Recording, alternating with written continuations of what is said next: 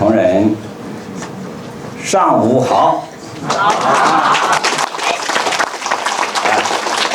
我看今天我们昨天很辛苦，我看了啊，因为昨天最后一个发言的，因为我来了几个人来找我，我后面离开了一下。昨天大家很辛苦，啊，今天的精神状态我看很好，是吧？我们给自己来一次掌声，好吧？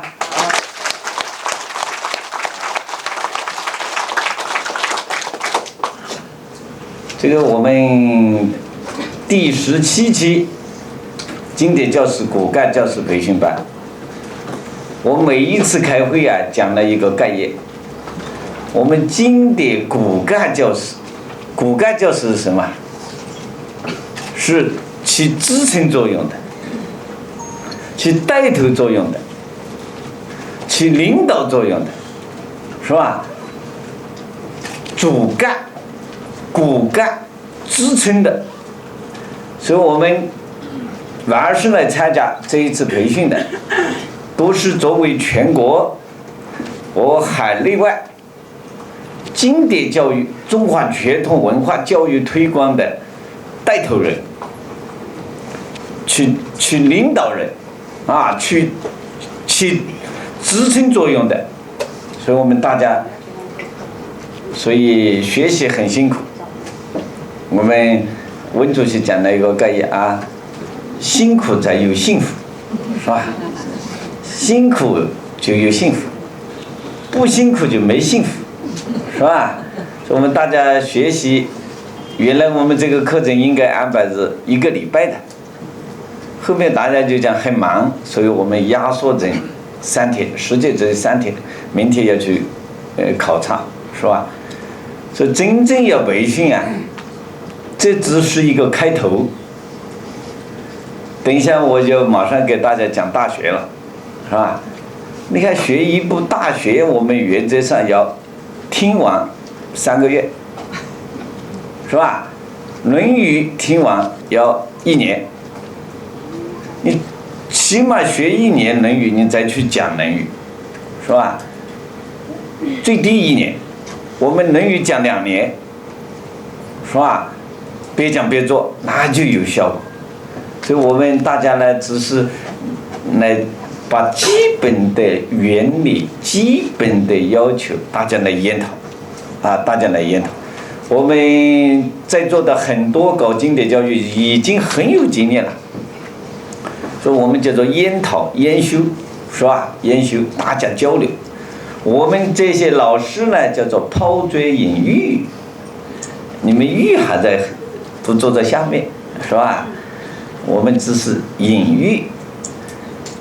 我们17期骨干教师，我们讲的一个概念叫做黄埔经典黄埔军校，我们是黄埔17期的学员，是吧？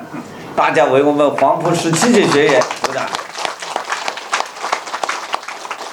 所以我们温主席又是黄埔17期学员的名誉班长，我们张部长是17级的班长，林老师是我们17级的学习委员，还有我们的生活委员刘校长，我们还今天还要宣布一个文娱委员，要补选一个文娱委员，因为9号晚上要进行联欢晚会呀，这个节目要排得要非常有水平，由文娱委员来牵头啊。那么我们一定要把这个活动搞好。17级，这个班长是终身的班长，不退休的，不免职的，好吧？好。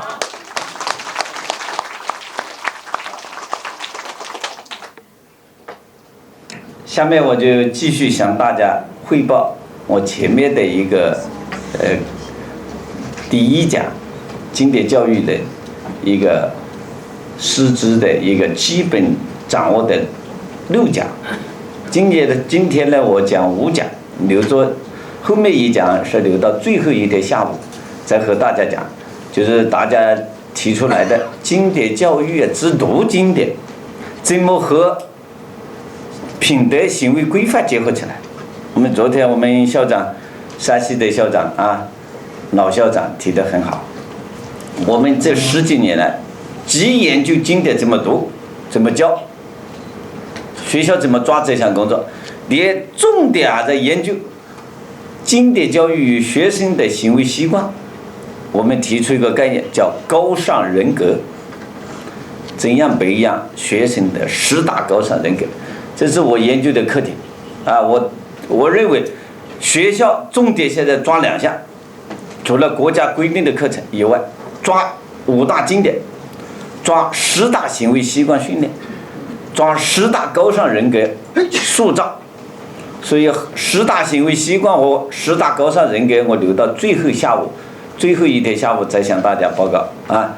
下面我就接到昨天的讲的，那么中华传统文化经典教育的理论依据，我们去推广啊。